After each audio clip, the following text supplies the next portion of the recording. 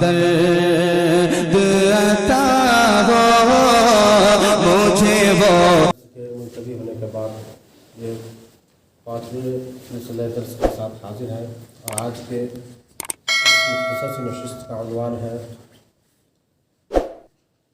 کہ جماعت میں چھوٹی ہوئی رکعتوں کو پورا کرنے کا طریقہ. یعنی کوئی ایک شخص جب مسجد میں آتا ہے اور ادھر جماعت کھڑی ہوتی ہے اور اس کے بعد جو شامل ہوتا ہے اور کم از کم ایک رکعت چھوٹ جائے تو اسے مسئلے کے حساب سے مسبوق کہا جاتا ہے. مسبوق شریعت میں اسے مسبوق کہا جاتا ہے. اور یہ رکعت کا چھوٹنا کب ہوتا ہے؟ جب امام صاحب رکوع سے سر اٹھا لیں تب یہ ایک رکعت چھوٹتی ہے. اسی طرح دوسری رکعت کے بھی جب امام سے رکوع سے سر اٹھا لیں تب وہ دوسری رکعت چھوٹ گئی کسی کی. اس کے بعد اگر کوئی سجدے میں آتا ہے تو گویا کہ اس کی وہ رکعت چھوٹ چکی ہے. اور یہاں پر یہ بات بھی مد نظر رکھنے کی ہے کہ جب کوئی شخص آئے تو امام کو جس حالت میں پائے اسی حالت میں نماز میں شامل ہو جائے. یہ نہیں کہ کھڑے ہونے کا انتظار کرے کہ اکثر ایسا ہوتا ہے کہ آ کر کھڑے ہو انتظار کرتے ہیں کہ ابھی تو سجدے میں کھڑے ہو جاتے ہیں تب نہیں. نماز میں کا شوق یہ ہونا چاہیے کہ فوراً جتنے جلد از جلد ہو سکے نماز میں شامل ہو جائے. رکعت چھوٹی تو چھوٹ ہی گئی جو چھوٹنی تھی، مگر اب جس حالت میں پایا ہے آپ نے اسی حالت میں شامل ہو جائیں. اور رکوع میں پچھلے بار بتا ہی دیا تھا کہ رکوع میں آپ اگر امام صاحب رکوع میں ہیں اور شامل ہوئے اور اتنی دیر تک آپ کو رکوع مل گیا کہ کم از کم ایک بار سبحان اللہ کہا جا سکے تو گویا کہ آپ نے وہ رکعت پا لی. اب یہ ہے کہ جو چھوٹی رکعت تو اسے پورا کرنے کا طریقہ کیا ہے. تو دو بات یاد رکھ لیں تو کبھی آپ کو کنفیوژن کبھی کوئی شک شبہ نہیں ہوگا کہ رکعت کیسے پوری کریں. ایک یہ کہ جب رکعت پوری کرتے ہیں تو جو ہم سلام پھیرنے کے بعد امام صاحب کے سلام پھیرنے کے بعد جب ہم کھڑے ہوتے ہیں تو قرات کے حساب سے وہ پہلی رکعت ہوتی ہے. جب ہم کھڑے ہوتے ہیں تو قرات کے حساب سے وہ پہلی رکعت ہوگی. گنتی کے حساب سے وہ اتنی ہی رکعت ہوگی جتنے کہ آپ جہاں سے آپ کی چھٹی تھی.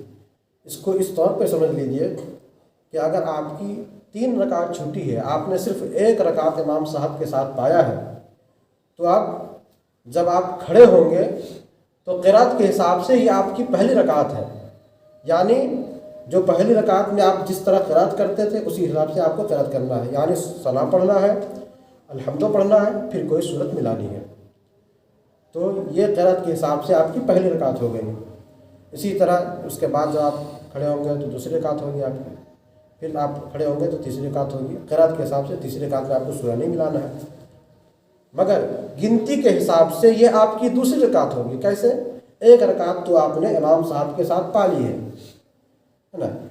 اور اس کا فرق کہاں پر ظاہر ہوگا؟ اس کا فرق اس طور پہ ظاہر ہوگا، یہ دوسری رکعت اس طور پر ہے گنتی کے حساب سے کہ آپ اگرچہ آپ نے ایک ہی رکعت پڑھی ہے مگر ایک ہی رکعت کے بعد آپ کو قعدہ کے لیے بیٹھ جانا ہے، اتحیات کے لیے بیٹھ جانا ہے. تو یہ گنتی کے حساب سے آپ کی 2 رکعت ہے. اور ظاہر سی بات ہے کہ 2 رکعت پر ہم کو اتحیات کے لیے بیٹھنا ہوتا ہے 4 رکعت والی نماز میں. تو یہی بات یاد رکھنے کی ہے. اب ہمیشہ یاد رکھیں کہ قرات کے حساب سے جب ہم کھڑے ہوں تو وہ گنتی کے اعتبار سے قرات کے حساب سے وہ پہلی رکعت ہوگی اور شمار اور گنتی کے حساب سے وہ جتنی رکعت چھوٹی تھی اس کے بعد کی وہ رکعت ہوگی. 3 رکعت اگر چھوٹی تھی، ایک رکعت آپ نے پائی ہے تو اب دوسری رکعت ہوگی. آپ دوسری رکعت پڑھنے کے بعد ہم بیٹھیں گے پھر کھڑے ہوں گے تو اب یہ قرات کے حساب سے یہ دوسری رکعت چکے ہیں تو اس میں جو ہے سورہ پڑھیں گے. دوسری رکعت میں تو دوسری رکعت میں جب بھی کھڑے ہوتے ہیں تو ثنا پڑھنا نہیں ہوتا ہے، تو ثنا پڑھنا نہیں ہے. ڈائریکٹ سورہ فاتحہ پڑھیں، اس کے بعد سورہ فاتحہ یعنی الحمد پڑھیں اور اس کے بعد کوئی بھی چھوٹی سورہ بڑی سورہ جو چاہے وہ ملائیں. یہ دوسری رکعت ہے آپ کی قرات کے حساب سے، مگر گنتی کے حساب سے آپ کی تیسری رکعت ہے جو کہ آپ نے ایک رکعت امام صاحب کے ساتھ پڑھی تھی. پھر اس کے بعد آپ نے ایک رکعت پڑھی، اس کے بعد قاعدہ اتحیات پڑھا، پھر کھڑے ہوئے تو آپ کھڑے ہوئے تو یہ دوسری رکعت پڑھی. پھر اس کے بعد جب آپ تیسری رکعت کے لیے آپ کو وہاں پر قرأت کے حساب سے، چونکہ تیسری رکعت ہے تو آپ کو بغیر قاعدہ کے، بغیر اتحیات کے کھڑا ہونا ہے، چونکہ یہ شمار کے حساب سے، گنتی کے حساب سے یہ آپ کی اب تیسری رکعت ہے۔ تو تیسری رکعت کے لیے جو ہے آپ کو اتحیات کے لیے تو بیٹھنا نہیں ہوتا ہے کبھی، اس لیے وہاں پر تیسری رکعت کے لیے بغیر اتحیات پڑھے آپ کو کھڑا ہونا ہے، سجدہ کر کے سیدھا کھڑے ہونا، یہ 3 رکعت کا مسئلہ۔ یہ اب تھوڑا مغرب میں مسئلہ الگ ہو سکتا ہے، کسی کو کنفیوژن ہو سکتا ہے، تو وہاں بھی یہی اصول، یہی قاعدہ اگر آپ یاد رکھ لیں کہ قرأت کے حساب سے ہمیشہ پہلی رکعت ہی سے شروع کیا جائے گا، گنتی کے حساب سے ہمیشہ دوسری رکعت ہوگی۔ تو مغرب میں اگر ایک رکعت چھوٹ جائے تو ظاہر سی بات ہے کہ ایک رکعت تو پہلی رکعت پڑھنا ہے، تو اس میں ثنا پڑھے، الحمد پڑھے، پھر سورہ ملائے تو ٹھیک ہے۔ مگر جس کی 2 رکعت چھوٹتی ہے، اس میں عام طور سے کنفیوژن ہوتا ہے۔ مغرب کی نماز میں بہت سے لوگوں کو شکوک و شبہات کا شکار دیکھا گیا ہے۔ عام طور سے جو گہرائی سے نہیں پڑھے ہوتے تو ان کو یہ ہوتا ہے کہ 2 رکعت چھٹی ہے تو 2 رکعت والی نماز کیسے پڑھتے ہیں، کہ سیدھا جو ہے کھڑے ہو گئے، اب پہلا رکعت پڑھا، الحمد پڑھ لیا، سورہ پڑھ لیا، پھر سجدہ کر کے سیدھا کھڑے ہو گئے۔ 2 رکعت پڑھنے کا عام طور سے طریقہ یہی ہوتا ہے۔ فرض کی نماز میں 2 رکعت ہم لوگ پڑھتے ہیں، یا 2 رکعت سنت جو پڑھتے ہیں، یہی طریقہ ہوتا ہے کہ ایک ہی اتحیات سے جو ہے 2 رکعت کی نماز پڑھ لیتے ہیں۔ تو مغرب کی نماز میں بھی اکثر لوگوں سے یہ غلطی ہوتی ہے کہ ہم 2 رکعت نماز اگر چھوٹ گئی ہے امام کے پیچھے تو کس طرح سے ادا کریں۔ تو وہاں بھی یہ قاعدہ ہمیشہ یاد رکھیں کہ قرأت کے حساب سے آپ کی پہلی رکعت ہوگی، لیکن گنتی کے حساب سے آپ کی وہ دوسری رکعت ہوگی جو آپ امام صاحب کے سلام پھیرنے کے بعد کھڑے ہوں گے۔ اس کو آپ اس طور پہ سمجھ لیں کہ آپ کی 2 رکعت چھوٹی ہے اور آپ نے آخری والی رکعت میں امام صاحب کو جوائن کیا ہے، اس میں آپ شامل ہوئے ہیں، تو اب آپ کو کھڑا ہوتے ہی پہلی رکعت قرأت کے حساب سے، تو قرأت کے حساب سے پہلی رکعت مطلب ثنا پڑھنا ہے، الحمد پڑھنا ہے، کوئی سورت پڑھنی ہے، مگر یہ تو آپ کے قرأت کے حساب سے پہلی رکعت ہے، مگر گنتی کے حساب سے یہ آپ کی دوسری رکعت ہے۔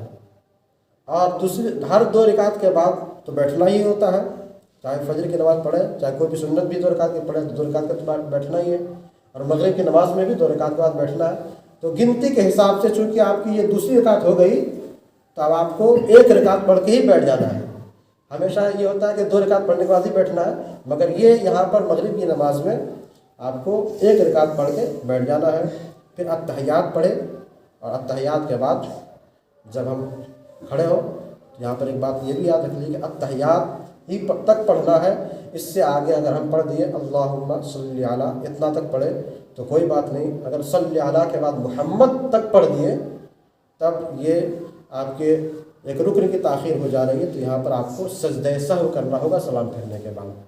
یہ ضمناً بات آ گئی، سجدہ سہو کا مسئلہ پھر الگ سے بیان کر دیا جائے گا، مگر چونکہ اس پہ عام طور سے غلطی ہوتی ہے، جہاں وقت آیا تھا، مناسب وقت تھا تو ہم سے اشارہ کر دیتے ہیں۔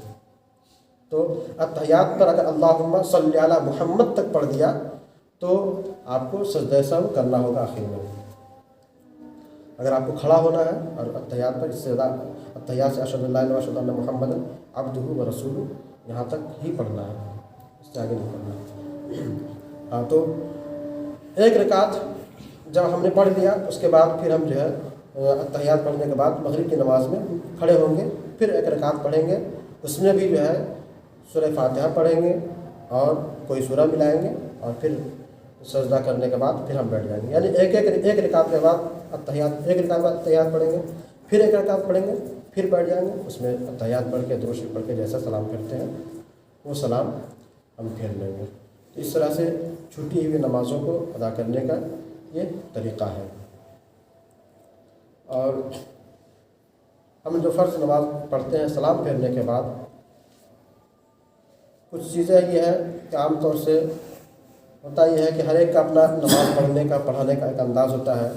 بہت سے لوگ ہوتے ہیں کہ ہم نے آج یہاں نماز پڑھی تو یہاں اپنے حساب سے پڑھے، الگ جگہ میں گئے تو اس کا کچھ الگ انداز تھا، تو لوگوں کو کچھ شکایت ہو جاتی ہے۔ تو اصل مسئلہ معلوم ہونا چاہیے۔ تو نماز، فرض نماز کے بعد مقتدی اپنے اپنے حالت میں رہیں گے، اور امام صاحب کے لیے حکم یہ ہے کہ فرض نماز میں سلام پھیرنے کے بعد وہ دائیں طرف منہ کر سکتے ہیں یا بائیں طرف منہ کر سکتے ہیں، یا مقتدی کی طرف بھی منہ کر سکتے ہیں۔ ہاں، مقتدی کی طرف پیٹھ رکھنا یہ مکروہ ہے۔ دائیں طرف رخ کرنا یہ زیادہ افضل ہے۔ اور جن نمازوں کے بعد سنت ہے، جیسے عشاء کی نماز کے بعد سنت ہے، ظہر کی نماز کے بعد سنت ہے، مغرب کی نماز کے بعد سنت ہے، ان 3 نماز جس کے بعد سنت ہے تو وہاں سلام پھرنے کے بعد کم سے کم ذکر و اذکار کرنا ہے، پہلے آپ سنت پڑھ لیں، اس کے بعد جتنا ذکر کرنا ہے کیجیے۔ اور فرض کی ان وقتوں میں جس میں سنت ہے اس میں دعا بھی مختصر ہو، اور جن نمازوں کے بعد سنت نہیں ہے جیسے فجر کی نماز ہوئی اور عصر کی نماز ہوئی، تو ان 2 نمازوں میں جس میں سنت نہیں ہے فرض نماز کے بعد، تو اس میں آپ ذرا طویل ذکر کر سکتے ہیں، لمبی دعا کر سکتے ہیں، ہلکی مختصر لمبی دعا، اتنی لمبی نہ ہو کہ مقتدی کا کوئی کام یہ ہو جائے، تو یہ اور جو ہے فرض نماز کے بعد اس میں سنت ہے تو بہتر یہ ہے کہ آدمی فرض نماز کے بعد کسی سے بات نہ کرے۔ حدیث میں آیا ہے کہ فرض نماز کے بعد سنت سے قبل بات کرنے سے اس کا ثواب کم ہو جاتا ہے، تو ان چھوٹی چھوٹی باتوں کا بھی لحاظ رکھیں۔ اللہ تبارک و تعالی ہم سب کو دین کی صحیح سمجھ عطا فرمائے اور اپنے احکامات کی روشنی میں اپنی بندگی کی توفیق عطا فرمائے۔ السلام علیکم ورحمۃ اللہ تعالیٰ وبرکاتہ۔